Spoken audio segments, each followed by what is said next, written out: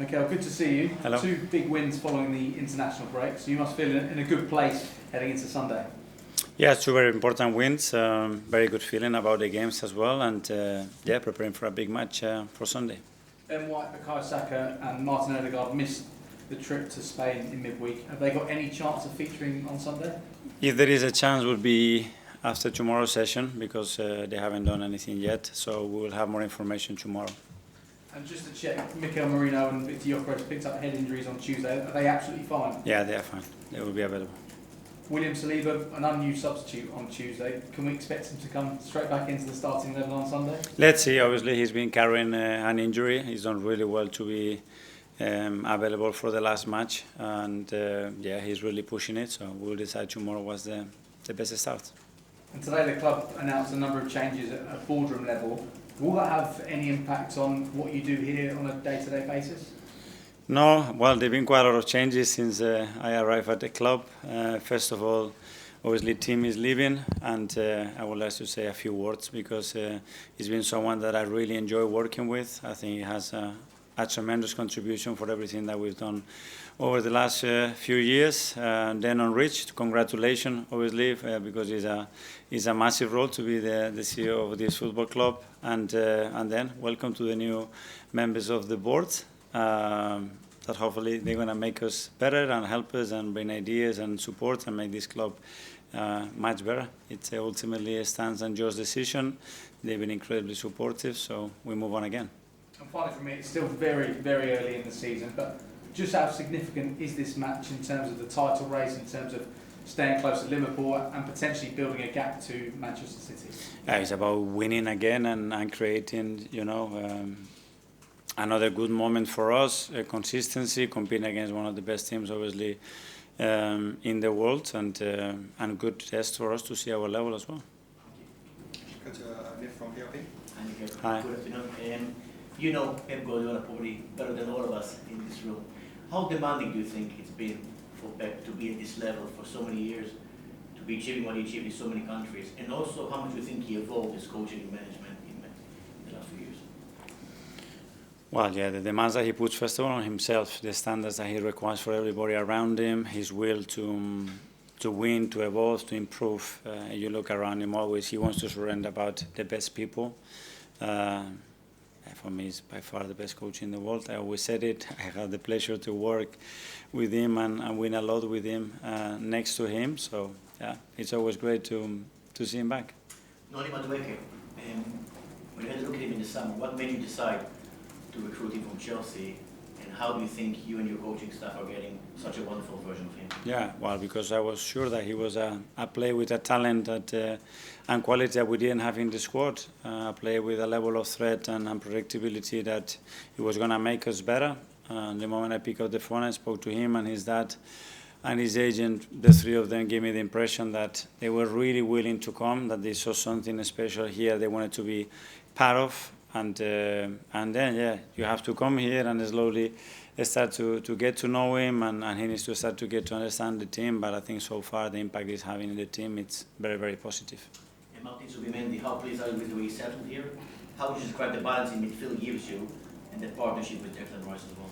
Yes, another one that obviously coming from abroad is always very tricky, especially with the demands in this league and in that particular position, because you have so much responsibility in that role, and you have to be aware of everything that we do. But such an intelligent boy, a lot of presence, a lot of quality, and a lot of courage to play football. Alex, BBC. Hi, Mikel. Hi. No goals conceded from open play, and Christian Mosquera has been a key part of that, a young player coming in and summer signing. Why do you think you have been so solid this season? Well, first of all, because he's very good, and I think credit to the scouting department, Andrea, that they presented the opportunity to have him. Again, no coincidence, as a boy, someone extremely focused, very determined, very clear that he wanted to come here, and he wanted to come here to play, and in his place, I think what he's doing in that position so early, very impressive. Just on White, Saka and Odegaard, you said the decision after tomorrow's session. Have they trained already, or would that be their first session back? Because everything has been modified so far for him, and still a few things to clear, and tomorrow we'll have more information whether they are part of the squad, or they have a chance to be part of the squad or not.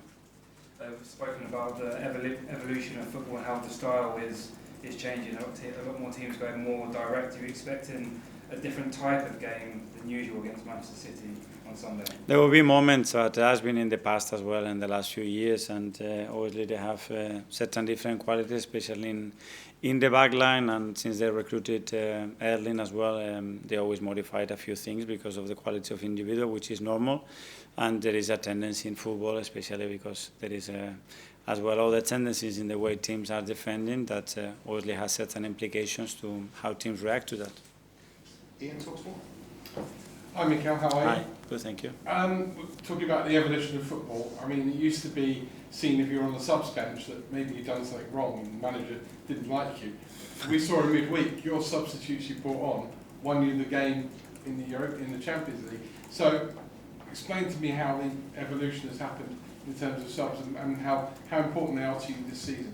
But if you look historically, the top teams, the teams that has won a lot, the impact that the finisher had has always been really, really high. You need that quality nowadays to unlock games and to do it consistently every 3 days is even harder, more difficult. And that's what you need. We are very lucky because we have players that can make that impact. They certainly did that the other day, and now we need consistency on that. So when you name the team and you name the subs, do you go up to them and say, listen, don't take it as being anything bad, you're on the bench, because I'm going to need you this afternoon? We already had a discussion in pre-season about the roles and responsibilities and about the implication of each other roles in relation to the game, the scenario, the schedule, a lot of factors. But the quality and the delivery and the intensity and will that you have to put every minute for this football club, that's unquestionable whether you are a starter or not. You've had to rebuild this football club, and you've been here 5 years. Is Pep having to rebuild Man City after all their successes, and do you think he's anywhere near that now? Well, I don't know, that's a question for him, but obviously what he's already done in this league is unprecedented. The level that he's put the standards in the league, in my opinion, unprecedented. And maintaining those levels for 10 years is already something incredible, and the demands are there for him. And he wants to carry on because he certainly believes that he can do it again. And history beckons for you tomorrow. No Premier League manager's gone 5 games in a row unbeaten against Man City, so not tomorrow, Sunday. But if you do it, all hail Mikel Arteta. Well, the preparation of the game will be to win it, that's for sure. Over to Josh. Hi. Hi. Arsenal's suicide prevention service will be open for the first time at the game of the weekend. Can you talk to us about how important it is to be open about mental health struggles and also about what Arsenal's role is in that?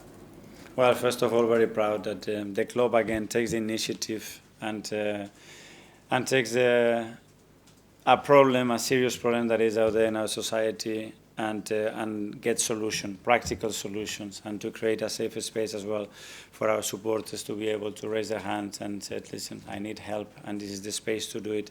I think it's incredible, and hopefully more people can do the same, because obviously there's a big need for that. Simon from Stephen Standard. Hi Mikel, it surprised a few people when the news about Tim was announced this morning. Was it a surprise for you? How much were you aware of these sort of changes coming in? Well, I was aware in certain moments, and I had various discussions with George especially, and as well with Tim. And it's not the first time that it's happened since I've been here.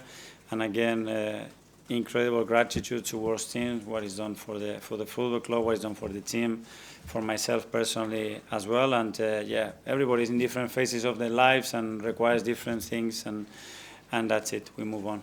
And I think supporters will see a big change like this and wonder what comes next and what the future looks like. What would be your message there? Wonderful future. That's the only thing that I embrace. Is so positive about it, and every time, and I speak to Stan and George and how willing they are, the projection that they have, the vision they have for the football club, the people that we have around it. There is no question that big things ahead.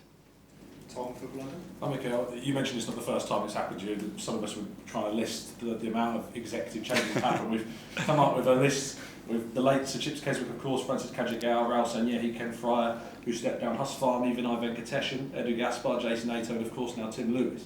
What's it like as a manager having to go through that amount of change in just 5 and a bit years? Well, if it's my first managerial job, so I don't know if that's a lot or very little.